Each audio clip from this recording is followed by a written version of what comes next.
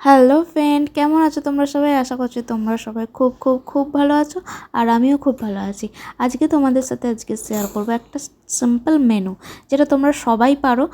আর আমিও তোমাদের সাথে শেয়ার করবো বলে চলে এলাম, হচ্ছে পাস্তা। আর তোমাদের দাদাভাই আজকে পাস্তা টিফিন নিয়ে যাবে, তো আমি ভাবলাম যে পাস্তাটা আমি কীভাবে বানাই তোমাদের সাথে শেয়ার করি। আর এখানে আমি সবজিগুলো কাটতে চলে এসেছি। সবজি কাটছে হচ্ছে টমেটো, গাজর, পেঁয়াজ, এগুলো সব কাটবো। আর তার আগে আমার সেদ্ধ হয়ে গেল হচ্ছে পাস্তাটা সেদ্ধ হয়ে গেছে। আমি বললাম আগে পাস্তাটা নামিয়ে নিই, তারপরে সবজিগুলো তোমাদের সাথে শেয়ার করব।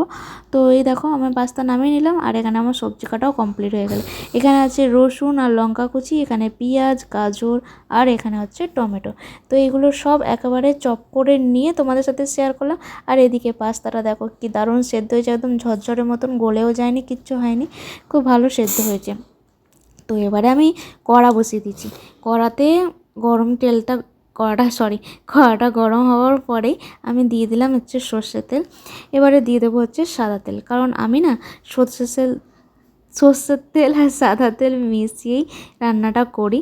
কারণ কোনো কোনো সময় আবার সর্ষের তেল দিয়েও করি শুধু, আবার সাদা তেল দিয়েও করি শুধু। তো চলো, আমার সর্ষের তেল সাদা তেল দেওয়া হয়ে গেছে, আর এখানে আমার কড়াটা গরম হয়ে গেছে। আর কড়াটা গরম হয়ে গেলে না, একদিকে কী বলো তো, মানে এই যে এটা করব, পাস্তাটা দেখবে লাস্টের দিকে না কড়াতে লেগে লেগে যায়। তো ভালো করে কড়াটা গরম করে নিলে আর লেগে লেগে যাওয়ার কোনো চান্স থাকে না। তো এখানে আমি রসুন আর লঙ্কা কুচি দিয়ে দিয়েছি। এটা হালকা একটু ভাজা ভাজা হয়ে গেলে, গন্ধটা বেরিয়ে এলে, তখন আমি দিয়ে দেবো হচ্ছে পেঁয়াজ আর গাজরটা বেশি ছিল না, সেই জন্য পেঁয়াজের সাথেই ভেজে নিয়েছি, নাহলে গাজরটা সেদ্ধ হতে চাইবে না। তো এই পেঁয়াজটা আমি পুরোপুরি ভাজবো না, পেঁয়াজটা একটুখানি মানে হালকা ভাজবো, যেটা তোমার একটু ব্রাউন ব্রাউন হবে। তো পুরো পুরো ভেজে নিলে কি বলো তো, একটা তেতকুটে ভাব চলে আসে, আর পাস্তাটা খেতে অত সেরকম ভালো লাগে না। একটু এই পেঁয়াজটা একটু সেদ্ধ সেদ্ধ হবে, হালকা হালকা ভাজা হবে, সেইটাতেই বেশ ভালো লাগে। তো এখানে আমি পেঁয়াজ ভাজতে ভাজতে আরও ঘরের কাজগুলো করছিলাম। তো আমি ভাবলাম যে আজকে তো তোমাদের ঘরের কাজ শেয়ার করব না, আজকে তো আমি শুধু শেয়ার করব হচ্ছে তোমার সাথে পাস্তা রান্নাটা আমি সিম্পলভাবে এইভাবেই করি, আমি অনেক রকমভাবে করি। তো আজকে আমি যেভাবে করছি তোমাদের সাথে সেটাই শেয়ার করছি। আমি মশলা দিয়েও করি, আবার বিনা মশলাতেও করি, আবার কোনো সময় সস দিয়েও করি, আবার কোনো সময় সস ছাড়াও করি। তো আজকে হচ্ছে বিনা মশলায় আমি পাস্তাটা করব, কোনো মশলা দেবো না, সস দেবো না, কিছু দেবো না, শুধু এই যে সবজি থাকবে, আর থাকবে হচ্ছে ডিম, আর তোমার পাস্তা, আর একটুখানি লাস্টের দিকে দেবো একটু চিজ, আর কিচ্ছু দেবো না আমি।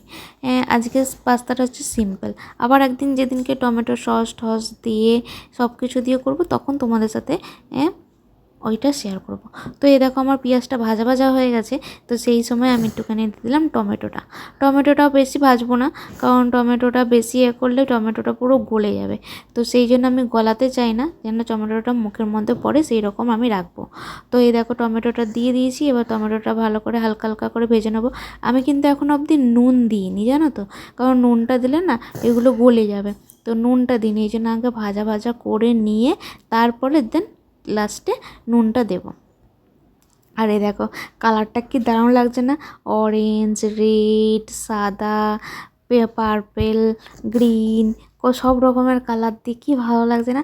আর এতে যদি ক্যাপসিকাম পড়তো তাহলে তো আরও দারুণ লাগতো। এদিকে দেখো, আমি পাস্তাগুলো দিয়ে দিলাম, সবজিগুলো ভাজা হয়ে গেছে।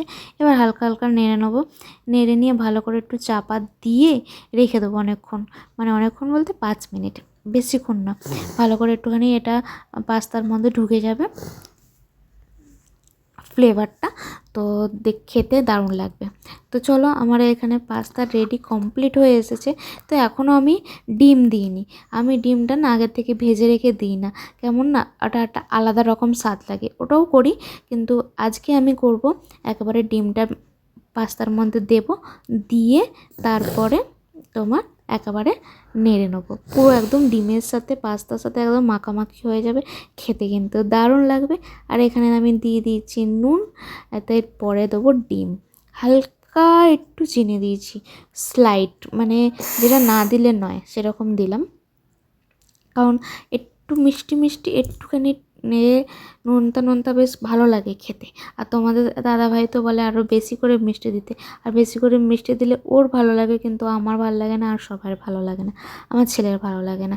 তো এই দেখো আমি দিয়ে দেবো হচ্ছে ডিম। এই দেখো ডিমটা দিয়ে দিলাম। ডিমের সাথে তো একটু নুন না দিলে ডিমটা কেমন ফ্যাকাসে ফ্যাকাসে খেতে লাগবে। তো দুটো ডিম দিলাম, বেশি ডিম দিয়ে নিই।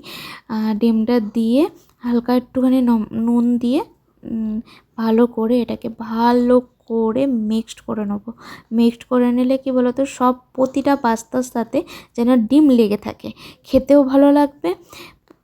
সবাই মনে করবে যে না আমার পাতে ডিম পড়েছে, কেউ কারোর মন খারাপ হবে না যে না আমার পাতে ডিম পড়লো না, ওর পাতে ডিম পড়লো, আমার পাতে পড়লো না। তো সেই জন্য আমি কি করি বলো তো, চাউমিনটাও করলে এরকম করেই করি, আর পাস্তাটা করলেও বেশিরভাগ সময় এরকম করেই করি, কারণ প্রতিটা পাস্তার সাথে ডিমটা যেন লেগে থাকে, কারণ কারোর যেন মনটা না খারাপ হয়। আর আমার ছেলে তো এমনি ডিম পেলে সবার পাত থেকে তুলে তুলে খেয়ে নেবে, তো সেই জন্য আমি ভাবি এইভাবেই করলে সবাই ডিমটা পাবে আর ওও পাবে। তো এ দেখো ভালো করে মিক্সড করে নিয়েছি। আর এবারে আবার নামানোর সময় একটুখানি দেবো চিজ। চিজটা দিলে না একদম দারুণ মাখো মাখো মতন খেতে হয় আর দারুণ লাগে।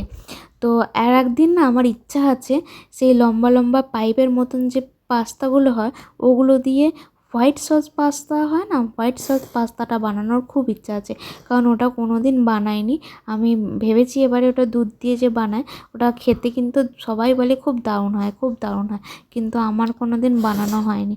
তো আমি এবারে ভেবেছি যে হোয়াইট সস পাস্তাটা কিনে নিয়ে আসবো, কিনে এনে দুধ দিয়ে একবার ট্রাই করে দেখব, অল্প করে করব, কারণ যদি খেতে ভালো না হয় তখন জিনিসটা তো ফেলে দিতে হবে।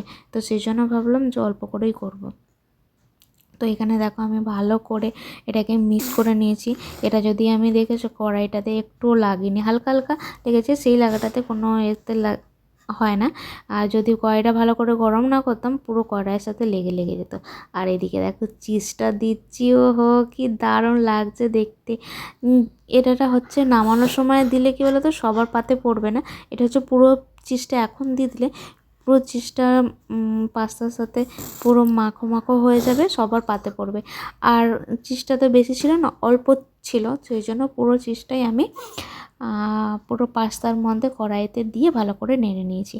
আর আমার আগে আমি চিজ দিতাম না, জানো তো, আগে শুধু তো তোমাদেরকে বললাম যে আমি আগে সস টস দিয়ে বানাতাম। তো ওইটার থেকে আমার যেন এইটা বেশি ভালো লাগে, চিজ দিয়ে করলে দারুণ লাগে, দারুণ। আমার তো মনে হয় আমি সবটা খেয়ে নেবো, কিন্তু যতই বলা যাক সবটা খেয়ে নেবো, কিন্তু খাওয়া তো যায় না। তো চলো আমার পাস্তা রেডি, কারা কারা খাবে চলে আসো। আর এখন তো নেই অবশ্য, আবার তোমরা আসলে আমি তোমাদেরকে বানিয়ে খাওয়াবো, আর খেয়ে বলবে আমার রান্না কেমন লাগলো তোমাদের। তো চলো আজকের মতন এইটুখানি, পাস্তাটা রেডি হয়ে গেছে। এবারে ছেলেকে সার্ভ করব। আমার ছেলে তো পাস্তা খেতে খুব ভালোবাসে, খুব মানে খুব খুব খুব। ওকে পাস্তা দিলে আমার কোনো টেনশন থাকে না যে পাস্তাটা পড়ে থাকবে। তো চলো আজকের মতন এইটুখানি, কেমন লাগলো কমেন্টস করে জানিও। তোমরা কীভাবে পাস্তা বানাও আমাকে একটু কমেন্ট বক্সে কমেন্টস করে দিও প্লিজ, আমিও তাহলে সেইভাবে বানানোর চেষ্টা করব। তো চলো আজকের মতন টাটা। পাস্তাটা দেখতে কেমন আছে কমেন্টস করে জানাতে ভুলো না কিন্তু বন্ধুরা। আর নতুন যারা হচ্ছে তারা প্লিজ সাবস্ক্রাইব করে দিও, আর পাশে থাকা বেল আইকনটা টং করে গিয়ে বাজিয়ে দিয়ে আসবে। তো আজকের মতন বাই বাই, ভালো থাকবেন সবাই।